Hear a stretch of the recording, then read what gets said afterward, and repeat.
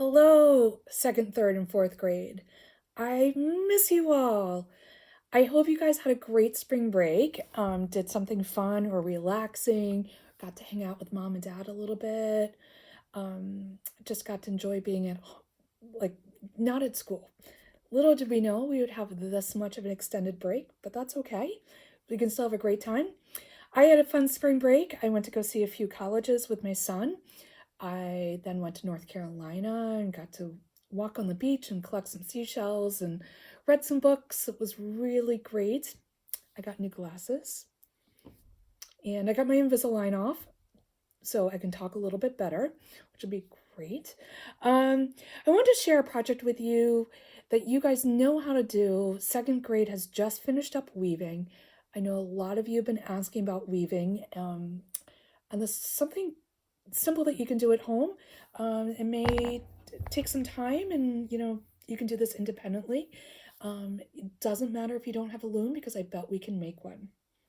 So to make one, if you happen to have a box or a pizza box or anything cardboard, you will be set. Because then we're just going to cut part of the side out and you will have this. This will become our loom. I am just going to take my scissors and try to do them evenly. If you have a ruler, you can measure, but I'm just going to eye it. I'm making small cuts going down here, probably about 1/2 inch apart. So let's see, I'm just going to keep cutting and cutting till I get to the edge. I don't want to get too close to the edge. So let's see, if I count that, 1, 2, 3, 4, 5, 6, 7, 8, 9, 10 cuts. I'm going to do the exact same thing on the other side. You want to try to have them even. So if you have a ruler, it might be good to measure this out. If you don't make it even, you're just going to make some unique artwork, and that is okay. Remember, if everyone made the exact same artwork, how boring would that be? Okay, so I'm going to make my lines again about 1/2 inch apart. I've lost track. I hope I've got 10. Let's see. 1, 2, 3, 4, 5, 6, 7, 8, 9, 10. Wow, that worked out. Okay, I'm going to stop the video and then flip it over so that we can use the overhead projector. All right, I'm going to pick back up. This is, again, our homemade loom. Now, I've got yarn at school, but I don't necessarily have yarn at home. I've got this yarn that my kids have used, and if you can tell, they must have gotten frustrated at some point because there's all these little cuts through it. So I'll try to use a little bit of it. But I found this string. This was left over from wrapping paper. And then this was ribbon that was left over from wrapping as well, so I can use that. And then I found a shoelace. I can use that to weave with. All sorts of things. It does not have to be the exact same material. So because I have, let's see, I think I'll use this one. So remember, you don't want to cut it yet. You want to make sure that you can do your entire loom without, let's see, this is going to be interesting, before you cut it, or else you may run out of thread. So I'm just going to take my thread or whatever you find. I'm going to put it over the edge and just make a little knot for it. I probably should have used a bigger or longer tail for this. But I made a knot. Remember to make a knot, you do left over right, and then left over right again. Okay, so I'm going to go down through one of these. Now, I don't know if you just saw that, but my board bent. That's okay. It's not going to hurt it. I'm going to go around again. I wish I knew how to do film enough that I could bleep, stop this, or magically snap my fingers, and it would be done. So I finished weaving mine. I'm going to just take my end and tie it together again. So we'll just stop. I did have a little bit of trouble with it. It was nervous about the end, so I think I might just go ahead and tape the top here with any sort of tape that I can find at home. I think masking tape would work the best, but I don't know that I have masking tape, so just go with that. So there it is. Not super pretty, but that's okay. Still, it will work. All right, I'm going to start with my shoelace. And remember, the only thing you really need to know, well, a couple of things, but the main thing is over, under, over, under.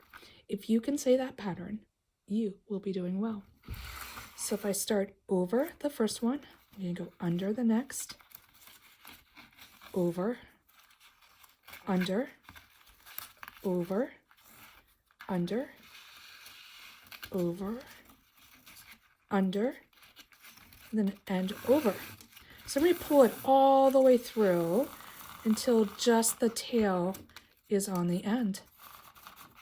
Now, here is the really, really important part. Whatever I ended on, so I ended over this one, I have to start back under so that this string will wrap around the end. Otherwise, do you see how it's getting caught on that end? If I don't do that,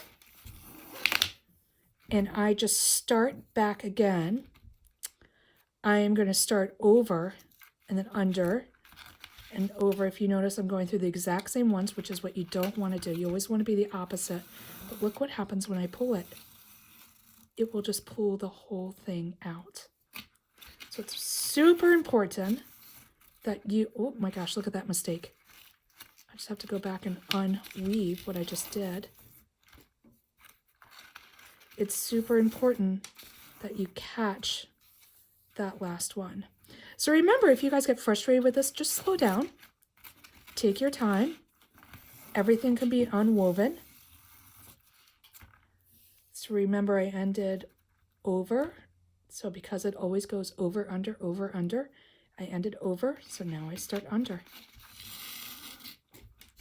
When I go to the end, when I go to pull, don't pull it so tight or else your weaving will get super skinny and then go back out. So we want to keep it a little bit loose there.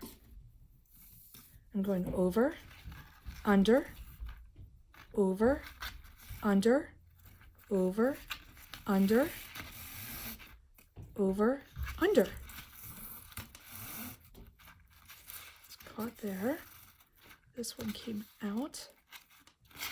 And I pull it down. And there's the start of my weaving. I'm just going to finish this guy out. Over, under, over, under. Remember, I'm not going to pull too tight. I ended under, so of course I start over. Another way to figure out, if you can't remember where you were, just look at the bottom row. So they always want to be opposite. So this is over, under, so this one's going to be over. And I know where to pick up. Pull that down.